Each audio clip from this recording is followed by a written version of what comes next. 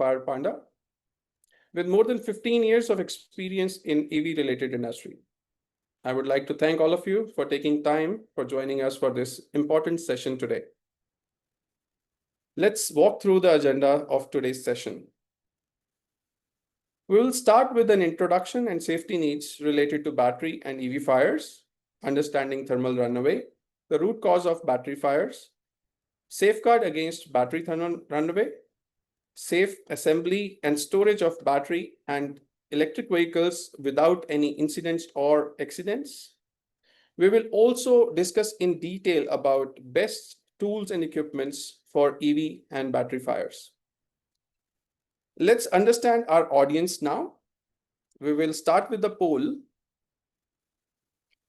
You'll see a poll on your screen and you will need to vote and let us know that which background are you from. Are you from automotive background or a fire responder, or you're from manufacturing or quality control, hospitality, logistics or operations, defense, or a student or academia background?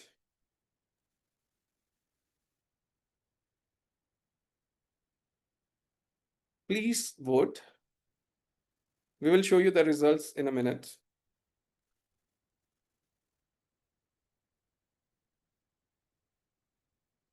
I'm waiting for everyone to vote to showcase the results so that you all know who are the people who are in this webinar and who are interested in EV and battery fire safety.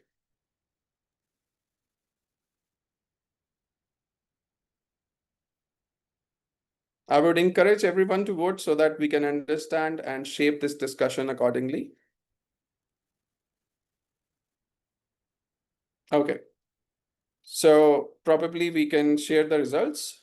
So most of the people are from fire responder or fire safety background, and then comes the automotive, EV, and battery technology background. There are people from manufacturing, hospitality, defense, and we are very happy to see a few students who have come to see how we can safeguard against EV and battery fires.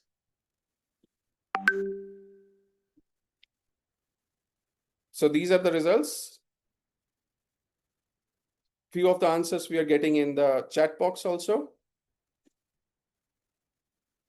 Okay, thank you everyone. Let's go to the next slide. Why are we focusing on battery and EV fires?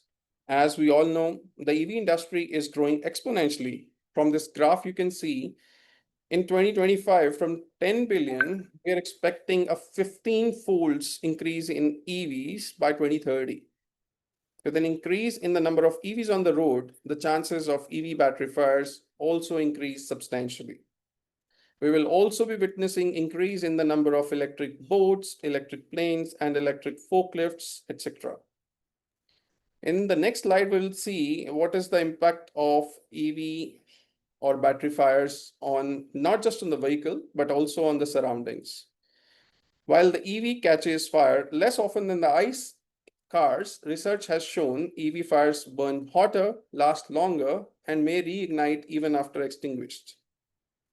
EV fire is not only impacting the vehicles, but also the people, the property, and the environment surrounding it. It is important to contain the fire so that it does not have devastating effects on our surroundings. We have seen a lot of cases where EV fire starts and it engulfs the complete parking lot. You can see a few pictures here which can give you the demonstration or the devastation it creates when it catches fire. For today's session, next slide please. It is an absolute honor and my privilege to introduce Mr. Richard Dunbar, an industry veteran with 50 years of distinguished fire safety career.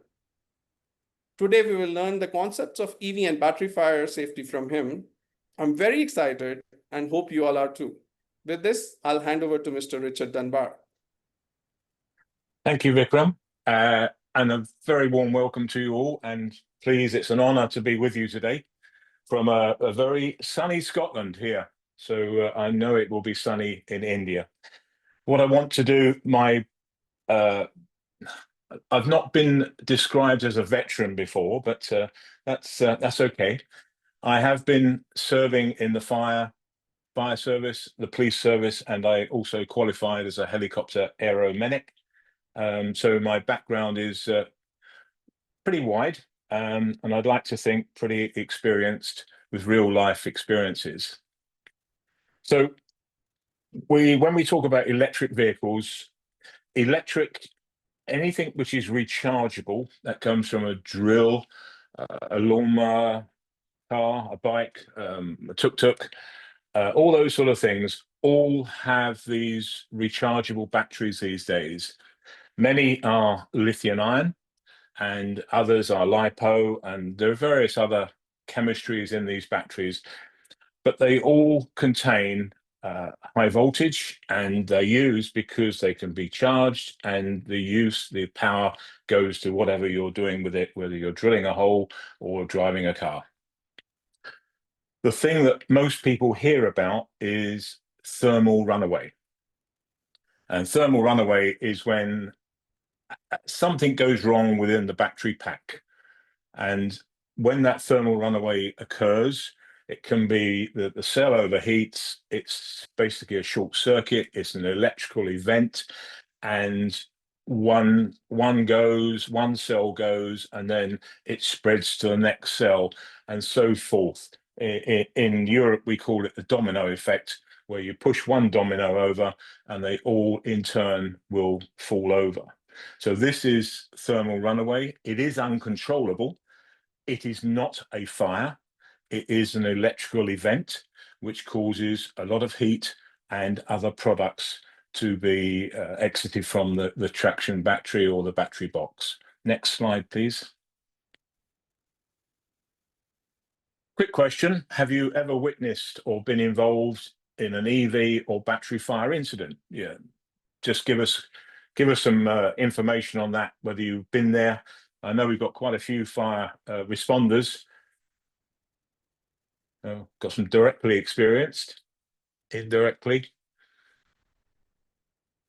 Very awful lot on YouTube and other social media sites. So more people have been indirectly heard or seen a case, and some have had. So I assume that could be our fire responder people. So let's move on from that. Okay. Can we have the next slide, please? Causes of thermal runaway. Well, if you look from the left hand of the slide, penetration, basically something penetrating the battery container, when we call in electric vehicles the traction battery, but a drill, a phone, a computer, penetration by something which will cause the short circuit.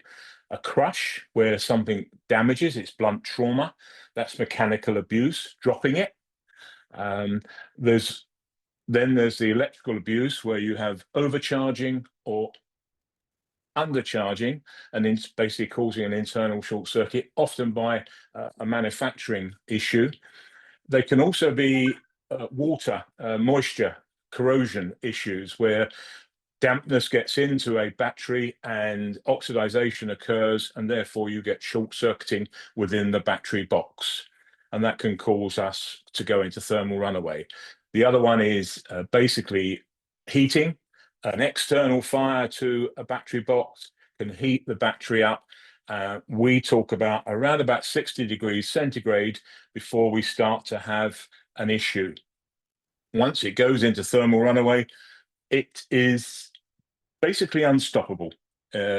We can have vapor given off, smoke, we can have fire, and we can have explosions, depending on the location and the circumstances that this thermal runaway occurs in. If we look at the next slide, then we can all see what a thermal runaway looks like. This one is an interesting one, because we were asked what would happen if you shot a battery box in a situation, and so we used the Norwegian police, and they fired 3 rounds into the battery box. You'll hear some noises, which is very typical of thermal runaway: popping, shooting.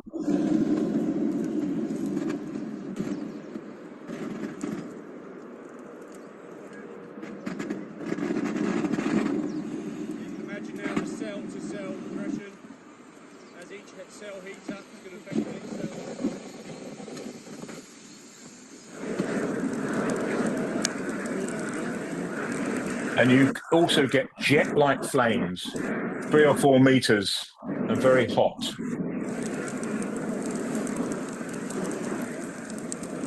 Two of the rounds went actually through the traction battery, and one round, which was recovered after by the investigators, showed actually recovered the round.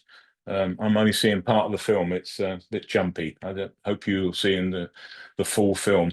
You'll see at the end there's a blanket is approached. This is, and we'll talk about these a bit later on in the presentation.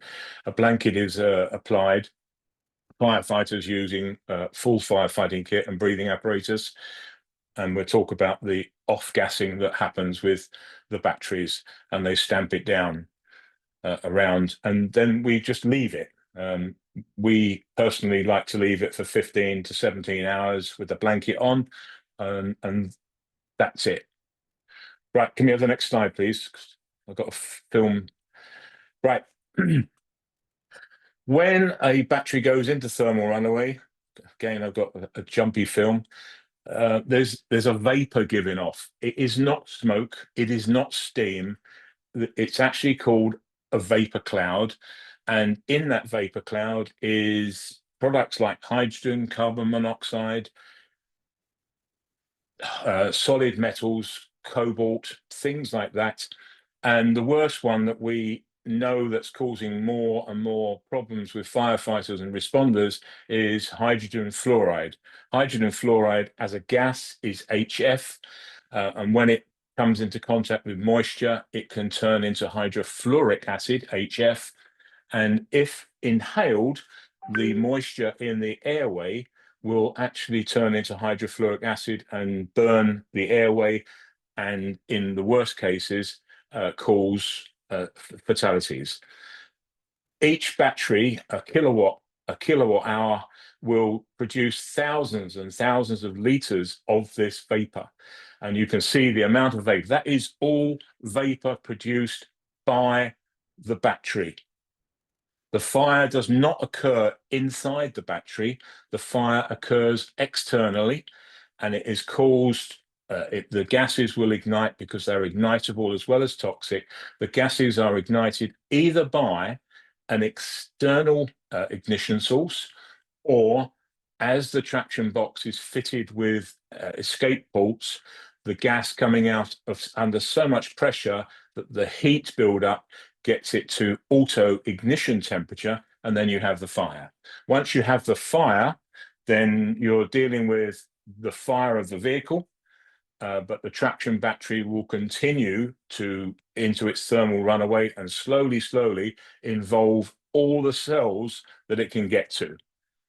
Temperatures, well, they range from 1,300 degrees centigrade. The highest peak temperature that we've come across is 2,000 degrees centigrade. But the thing we worry about as responders is the vapors being given off, which are toxic and ignitable. And we also concerned, obviously, with people, members of the public, anyone coming to see the fire, trying to rescue without respiratory protection, like breathing apparatus or masks that you can actually buy to protect you.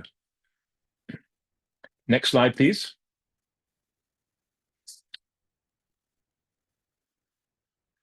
Right, so as we've got quite a few first responders in the audience, and others, what do you see, what's the greatest challenge for firefighters and team firefighters and staff at places of manufacture, hotels, boarding houses, those sort of things? What do you see as the biggest risk to this?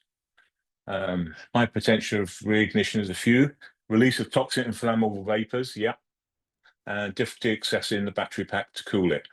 Yes, because the battery pack, whether it's a drill, a bike, or a car, or a tuk-tuk, the battery is a box. And getting anything in there to cool it is almost impossible. I will add here, especially for responders and other people that use things like the blanket, the electric vehicle fire blanket, is that when you put water into the battery, going back to school, we have electrolysis. And electrolysis produces HHO, oxyhydrogen, which is extremely ignitable and has a very wide explosive limits. So most of you are saying 46% are saying that the release of the toxic and flammable vapors are more worrying. The electric shock, if we can go to the next slide.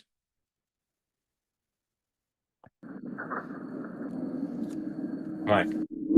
This is the explosion. The one on the left is a barge, a boat with LiFePO 4 batteries.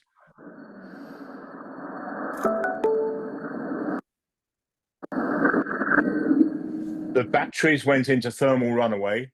The vapors were released. LiFePO produces between 50 and 80% of hydrogen.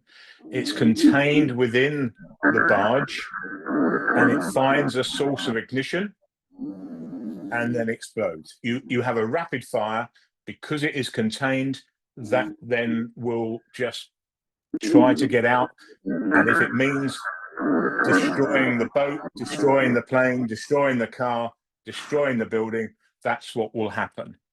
And that's the sort of damage you can expect to see from a contained lithium-ion battery or LiPo battery where you have an explosion, where the thing finds a source of ignition. And that ignition can be auto-ignition from the gases actually sort of coming out of the escape ports, heating up. The question there about how do you prevent it and everything else, I will go into. If I haven't answered it by the end of the bit, please bring it up again. I appreciate that. But explosions can happen. Right, next slide. Next slide, please. Thank you. So, how can we safeguard against thermal? Oh, hang on, back one. That's back one. That's it. Let's stay on that one for a minute. The picture on the right-hand side, the car fire, that is a fatality where a car has hit a raised fire hydrant. So this abuse of batteries, something external. Right. So the key fire safety, some points that we'll be looking at is in motor vehicles, and there's approximately 1 million electric vehicle recalls worldwide for fire risk. So one looks at recalls of vehicles and the other things like motorcycles, drills, anything which is a battery, all electrical items, and that there are recalls available to most people worldwide, and you can see which ones are being recalled. So we keep a lookout for recalls. The vehicle being registered, in the UK, we register our vehicles with a government agency, and I'm sure you do the same in India, is that when there's a recall, the owner of the vehicle is told. We talk about abuse of the battery. If we drop it, if we put it in water, if we overcharge it or undercharge it, this can cause us to start having a problem with the battery that could cause thermal runaway. Overcharging and undercharging, most manufacturers recommend that rapid charging is not undertaken all of the time. You should give the battery a rest, like some of the people that run iPhones and things like that. The battery looks after itself by having a slow charge so you don't cause any damage. The damage inside the battery for overcharging is called lithium dendrites, which starts to build up and pierces the connector, the separator inside the battery, and causes a short circuit. Undercharging is copper dendrites, which again cause a short circuit. But just dropping a battery, whether it's a car, whether it's a drill, whether it's a motorcycle, dropping it could cause some blunt trauma to the battery. So we make sure that we don't drive over rocks. We don't go over speed humps too fast with an electric vehicle. We don't basically go and put it in water, salt water being the worst. And the IP rating of the battery itself should stop normal water ingress. But if a battery is repaired or changed or over time, that IP rating could be affected. I've already talked about road debris. We have and you have the same, speed humps, which are great for slowing traffic down, but not good if you hit with your vehicle at speed. If you've got a diesel or petrol, you're likely to take out the sump. With a battery vehicle, you are likely to put an indentation into the battery. Charging, we try to use approved charging cables and chargers. We had a fire in west of London where someone had bought an adapter for a Tesla charger to charge their BMW. They bought the thing off a social platform like Amazon, and the charger was defective. The adapter was defective and the charger was not made for that car. So the car went off. That took out 11 shops. It destroyed 11 shops and 4 accommodation blocks. So we were very, very sort of careful on the types of charging cable, the damage to it, and any adapters. We try not to. And the same with phones, drills, everything. We are very careful when we charge. Servicing, well, there's approved service centers, the approved service centers that are qualified and trained on how to deal with the traction battery in a vehicle. Some manufacturers actually will not allow local repair agents to repair them, and they take them to a central base where they're repaired, tested, IP rated, and then returned to the garage for refitting. Anyone that takes a battery apart and might put a new module in, a battery module or a battery management system, could be asking for problems. So we ask people use approved and qualified repair centers. The staff need to understand the safety issues around batteries. Now, not many people talked about electric shock. We are talking about in cars 400 volts usually. Direct current, not alternating current, although alternating current does go to the actual drive motors, and that's 415 3-phase. The direct current is the worst type of current you can get because if you do touch it, it doesn't allow you to release, whereas alternating current actually throws your hand off. We look for damage on batteries. Any damage, we recommend if police cars have if they have electric police cars, that they paint the underside of the traction battery in a very bright color, like bright yellow, bright red. And every day with a security mirror, they check for damage because police drivers are not known for their machine sympathy. Could I shed some light on actual? Can't read the full story on that one. So someone can tell me that one. The back slide. That's it.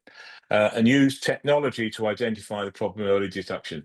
The 2 pictures I've got, there's a power bank, and there's a little white dot on it with a slightly pink center, and then there's a label with again a slightly pink thing. Those pink areas change to red and do not return to the original color at 53 degrees centigrade. So if a battery is starting to heat up internally, then these change color. It's a good indication. It's cheap, and they also manufacture a paint which you can paint on batteries and any electrical circuit to show a rise in temperature. We talk about 60 degrees. In the UK, I carry a infrared temperature gauge, and I point it at batteries, and I check around 5 points on a battery to see whether any of the temperatures externally are getting close to 60 degrees. And if the battery actually rises 10 degrees in a minute, then I start to get worried. Okay. Next slide, please. So when an electric vehicle, in fact, any vehicle, comes in for repair, I like to see a handover document. So if a vehicle's come in, there's some methodology of saying if it's from an accident, how the accident occurred, what has anyone done to the accident, to the vehicle. Maybe the fire service have used some cutting equipment or anything else like that, but some history of why that vehicle is with me. And the vehicle, whether it's petrol, whether it's diesel, whether it's CNG, or whether it's electric, the vehicle is inspected by a qualified person before you take that vehicle into your establishment, into your, basically, you spend a lot of money on the establishment, and you need to make sure that whatever you're going to take into that establishment is okay. It's not going to go have a problem.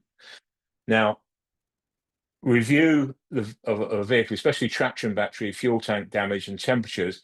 These sort of things should be done on a regular basis while the vehicle is in your building, because things can slowly change over time. That little bit of damage, that little bit of moisture inside the battery can then catch you out. It could even be a mechanical fault with the battery. Now, when we take a diesel or a petrol vehicle in, many garages and repair centres will just remove the 12-volt negative terminal. That removes all the electrical circuits around the vehicle, and often removes a lot of the risk of a fire occurring. On an electric vehicle, the battery management system, which is the brain of the battery, is powered by that low voltage battery. If you remove the 12-volt or the 24-volt or the 48-volt negative terminal off a low voltage battery, then you actually kill the battery management system, and therefore the battery management system cannot look after the battery. We had a fire in India in a vehicle where the battery was put into thermal runaway. We put a nail into the battery. It went into thermal runaway and produced massive amount of vapor. You could hear the car, the air conditioning unit, trying to keep the battery cool. The low voltage battery was connected, so therefore the battery management system tried to keep the battery cool. It did such a good job that a fire did not occur. All we had was vapors. So these are documents that we've produced. We provide them to Fire Panda for people to have, and it gives something they can work to find out a good method from the scene and where the accident happened, right the way through to the repair facility. And we'll talk a little bit later about monitoring a vehicle that you have within your repair facility. Next slide, please.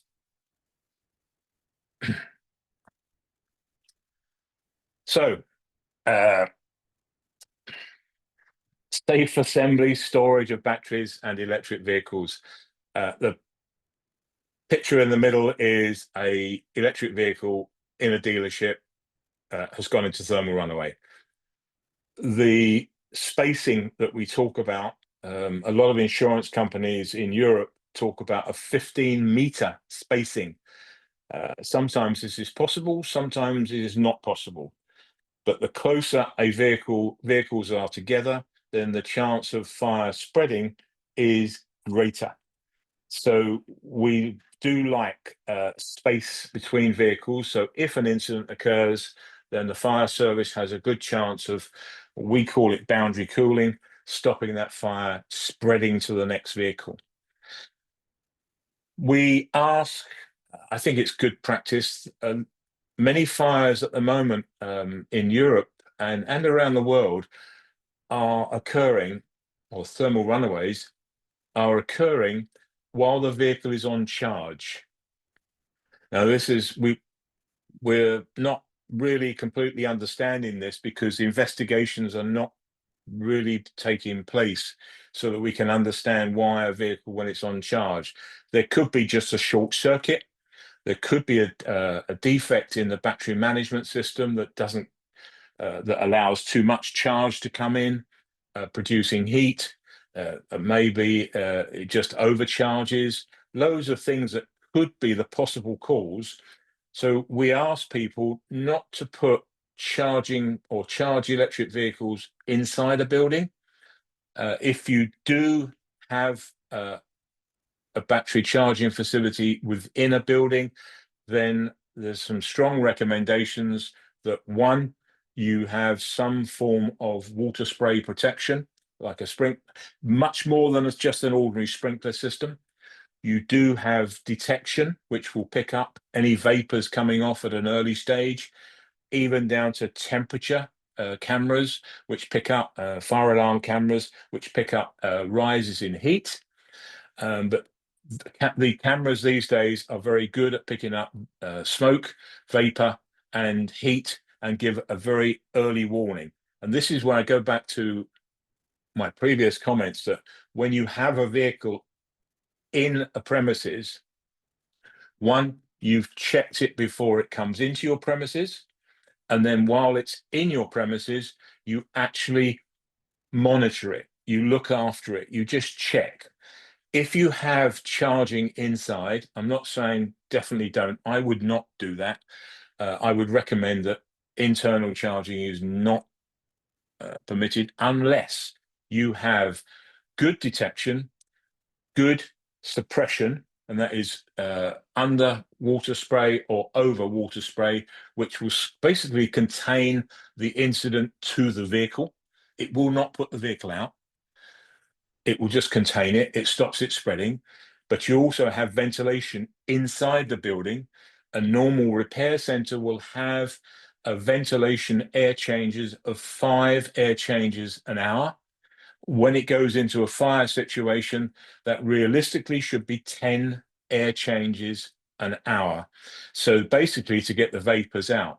If you've seen any of the films in Korea and some other underground car parks where fires have occurred, it's in some cases taken 3 hours for the fire service to find the vehicle on fire because the building is completely smoke logged. If you have a defect, someone has a concern about a battery, then it is so important to get that battery out of the building. You can cover it with a blanket. You can just remove it to outside and keep it away from all buildings and people, or you can put it in the top right-hand corner of that picture. Is a company in the UK has made these containers. They make one for a lorry, they make one for a car, and they make one for mopeds and scooters and battery packs. And basically, you put them in there, you shut the door. It contains any heat transfer, but if fire does occur, then the fire service or the garage can flood it with water in the watertight containers. So there's a little bit there about battery management within the assembly. This is where that color coding, the color stickers, that if you have, as every battery goes into the manufacturing plant, is stickered or painted, then that will easily show as it goes through the production line any changes in temperature. There can be temperature sensors on the actual assembly line. Okay, can we move next slide, please? In your view, what is the biggest challenge in making EV assembly lines safer? Fire detection and suppression system, worker training and safety protocols, compliance with standards, and cost of the safety implementation. Ooh.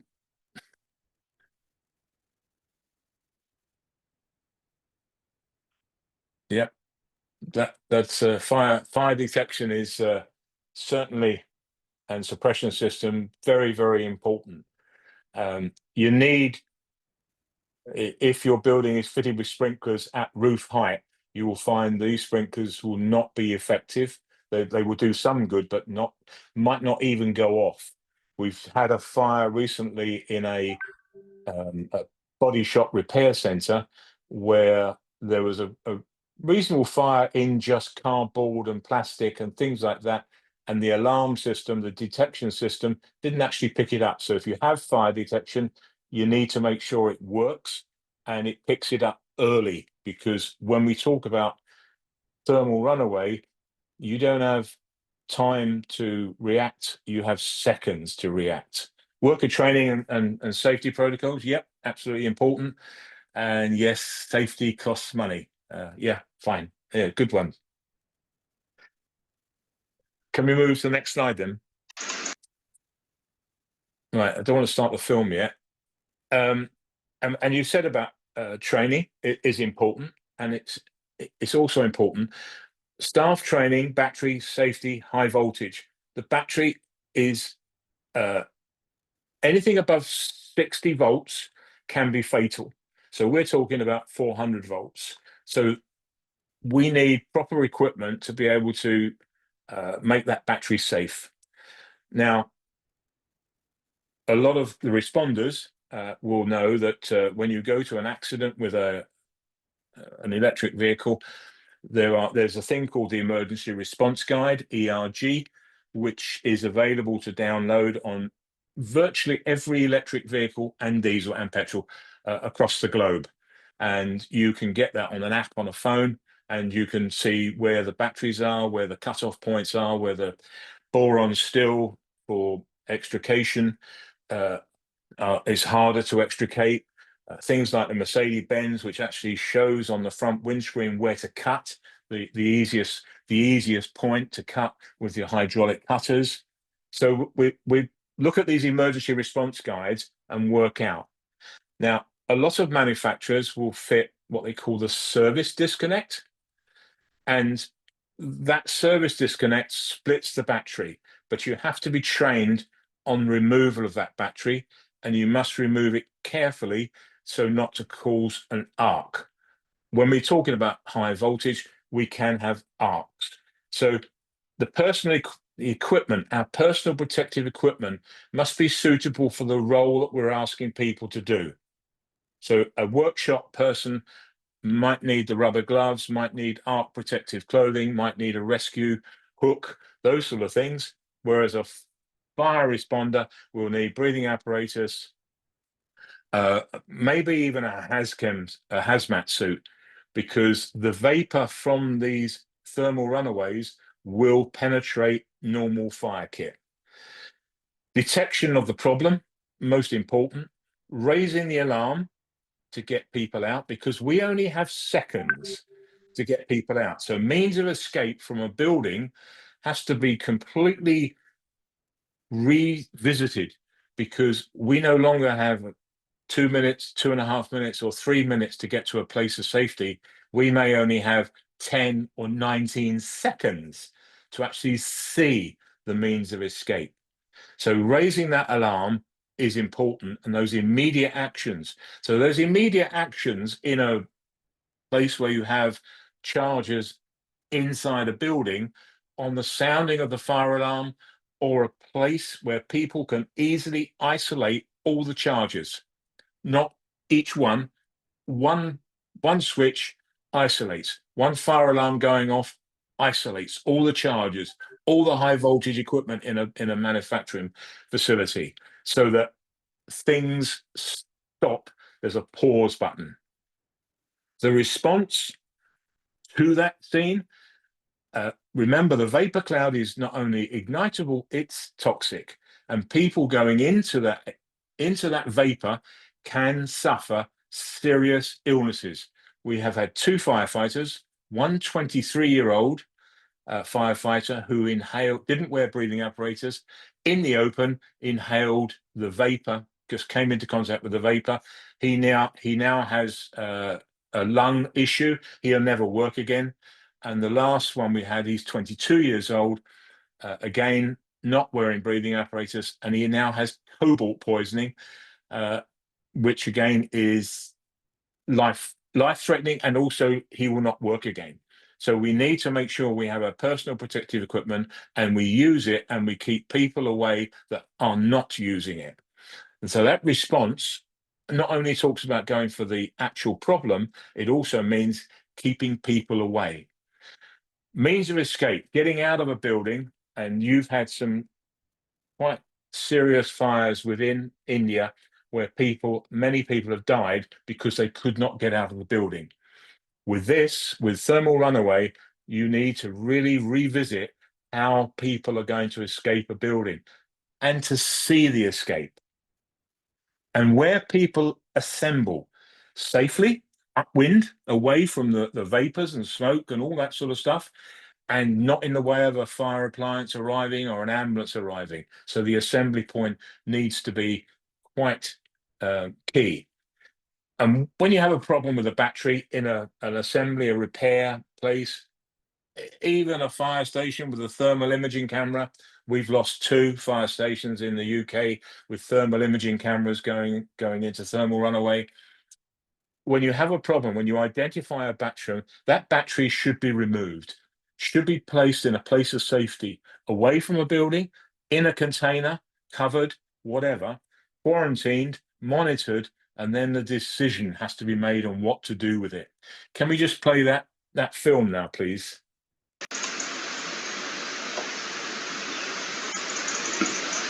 Now, this is only a 2.3 kilowatt hour battery.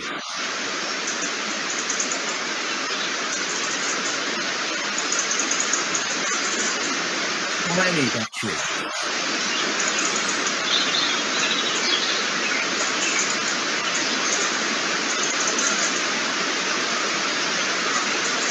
Thank you. Next slide. Now, with that tiny little battery in that moped, to around about 2.3 kilowatt hours. Remember, a car is probably 80 to 100. A lorry and a bus going to be much more. That vapor, it's just going to be more of it. If you time that moped between the first sign of the vapor to not being able to see is 19 seconds.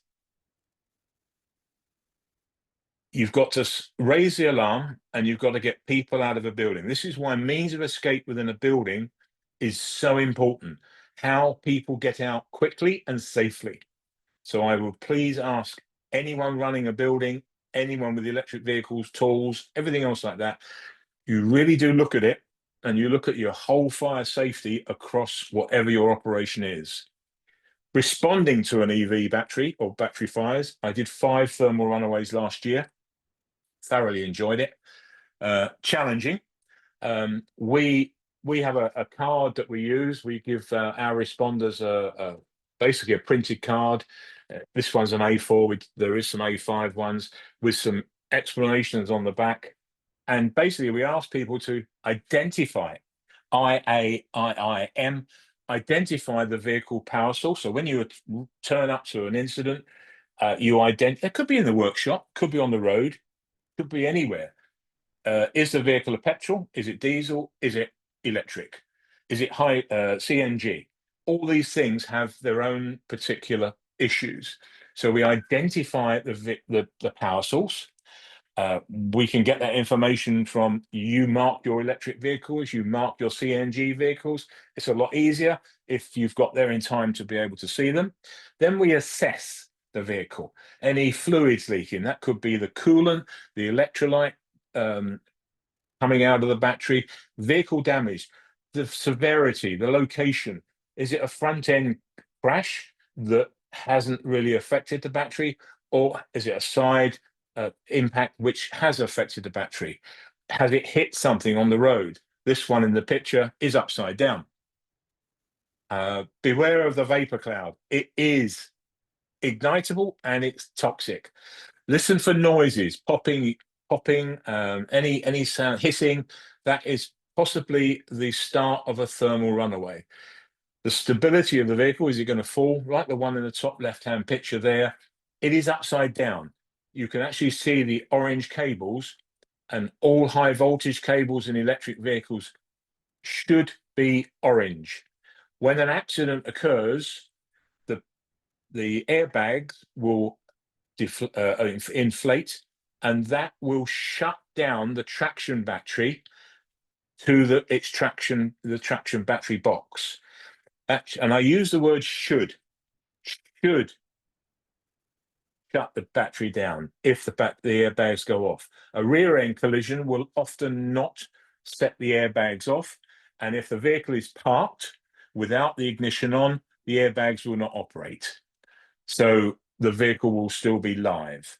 So that any HV battery, any cables showing, we assess it. We're just making sure. Basically, I want to keep going with my pension. We immobilize the vehicle. We can use chocks. We can put it in park, put the handbrake on if we can. Vehicle upside down, don't need to do that. And I'll move on to it as a plug that you can plug into the charging port of a bus, lorry, car, and that will basically fool the vehicle to make it think it's on charge, and therefore you can't drive it off. And if you saw the New York firefighter that was actually in a vehicle when the driver accidentally touched the accelerator, it moved forward, turned over, and basically crushed the firefighter and broke his femur and his leg. We isolate, turn off the ignition system, remove the keys, put them in boxes to stop the electrics talking to each other, and then we might remove the high voltage disconnect button. All vehicles are fitted with a low voltage disconnect. I prefer to see one or two. Tesla have two, one in the front and one at the rear. The Cupra has three, one in the front, one inside, and one at the rear. And most other will only have one in the front. And if you have a front collision, sorry, it's going to be difficult for you. And the little switches are difficult anyway to operate. And then consider a barrier, a cordon around vehicles. Keep people away. You do not want people just coming in and touching things, because they could touch a live cable, and if they form a circuit, they could be dead. Okay, can we have the next slide, please? Yep, right. Responding, no fire extinguisher has been invented yet that will actually put a battery fire out. Okay, so we're looking at personal protective equipment, all these things that are necessary. If we just show the film while that's going on. These guys are using, this is in Uganda, these guys are using dry powder extinguishers on a moped, and it doesn't work. And in fact, one of the biggest risks there is people inhaling the dry powder, because that will dry their lungs out. And they must collect off the whole area dry powder extinguishers, because they keep trying to put it out with dry powder extinguishers. And every time they step away from it, it starts again. So this is the reignition, that it is an event. It will just, basically, the event will finish when all the power has gone. And it doesn't matter. Even if you put it in water, they can still burn. There's two lovely films of a Tesla burning in a lake, actually under the lake. The barge that you saw earlier, they actually sunk the barge in the canal, and then after a time brought the barge back up again, and it reignited. So it is a case of, this is why personally I like the blankets, because I can cover it. It keeps everything under there. I'm not wasting extinguishers. I'm not putting myself at risk. Just put the blanket over. So we're looking at the dealership, factory, the off-gassing, the evacuation, extrication. If you're a fire responder, you need to make sure that power is safe, that you don't get arcing when you cut. The ERG, the emergency response guide, will show you where the cables run, so you can cut safely. You make it safe before you cut, and then you put cordons in. Recovery, you just don't put it on the back of a recovery vehicle and take it off, because you're likely to, if you have a reignition, you'll have a fire of the recovery vehicle and where the recovery vehicle is parked in another part of the town or city. where are you going to store them, and then where they go for disposal or repair. On the right-hand side, we have, I carry an app on my phone which gives me plots of evacuation. And as you can see, it's very, not perhaps the best picture, but we actually have downwind of a vehicle fire, how far we might have to evacuate. We're talking about initially 150 feet, which is 45 meters. So that's what we're looking at, getting people away at least 45 meters downwind, away from the vapor. And we always have to be careful, the wind can change. Next slide, please. Conscious of time now. For a fire department responding to an active EV fire, which specialized piece of equipment would you prioritize adding to their toolkit? What would you like to add to your toolkit?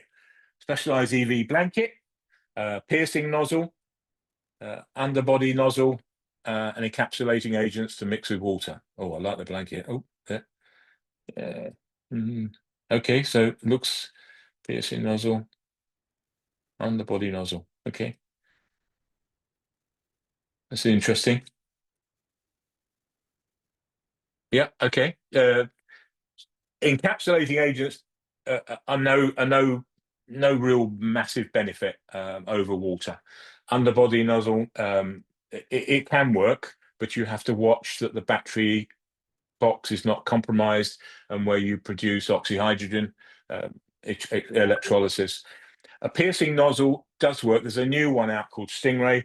I've just seen one film which I will share with Fire Panda when I've got approval to do that.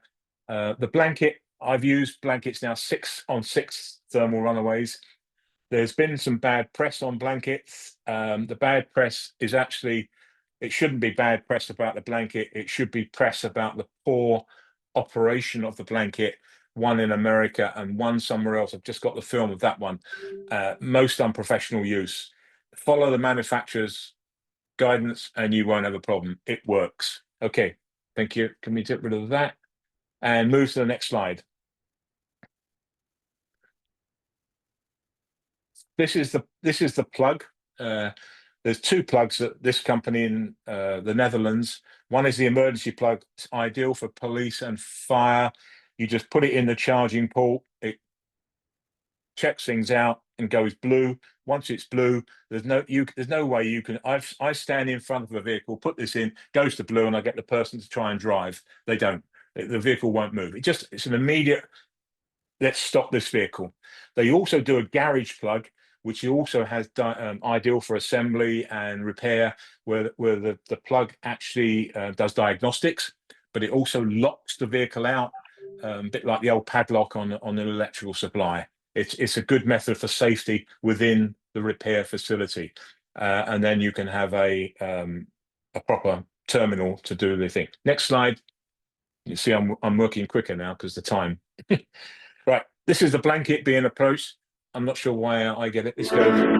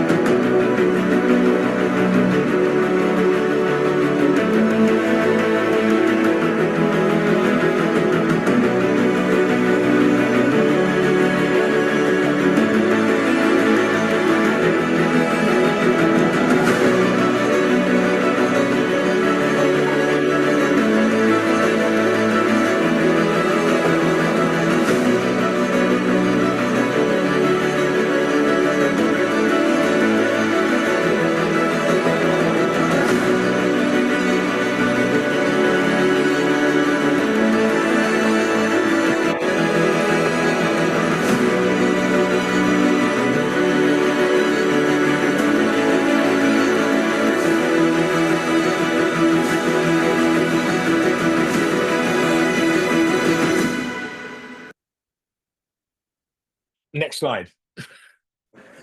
And after 17 hours on this one, this is that car you just seen. We took the blanket off and investigated the fire. And that's the Kono underneath the blanket. The blanket does work. You need the personal protective equipment to put it on. But if the fire was, if you've taken a battery out within the repair facility and you've dropped the battery down under the car on a hoist, you can put a blanket over the battery as a safety precaution.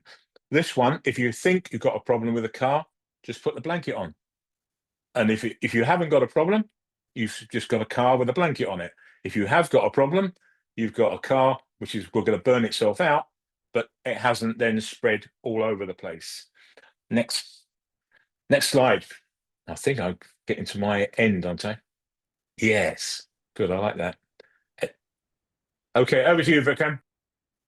Thanks, Richard. It was very informative, and we have learned a lot from your real life experiences. Thank you so much. So let me take a few minutes to introduce Fire Panda. We are on a mission to safeguard people and the surroundings from EV and battery fires. I'll start with what services and products we offer. We'll go to the next slide, please. We have partnered with Bridge Hill to bring state-of-art fire safety blankets in India. If you can just see in the video what you have shown before, it is very, very lucrative solution. This blanket comes in different sizes for different applications, ranging from two-wheelers to four-wheelers to forklifts, depending upon what application you want to use it. There are different sizes for that. And there are few blankets which are reusable too. But again, there will be a special operating procedure which you need to follow for reusing them too. So as Richard has already explained, these are instrumental in curtailing EV fires, and it's very easy to use when it comes to this kind of situations. Next is the emergency plug, which Richard has explained to you. So it is an immobilizer for EV cars to prevent any unwanted incidents. So Fire Panda is an exclusive partner with TSS to bring emergency plug to India. At Fire Panda, we will also provide services related to training, fire safety trainings, site audits, EV fire investigations, again in partnership with Park Lodge and Richard. So if you want to know more, if you're interested in knowing more about Fire Panda, please feel free to contact us. And if you have some questions, this is the time right now, and I'll request Richard to answer as many as possible.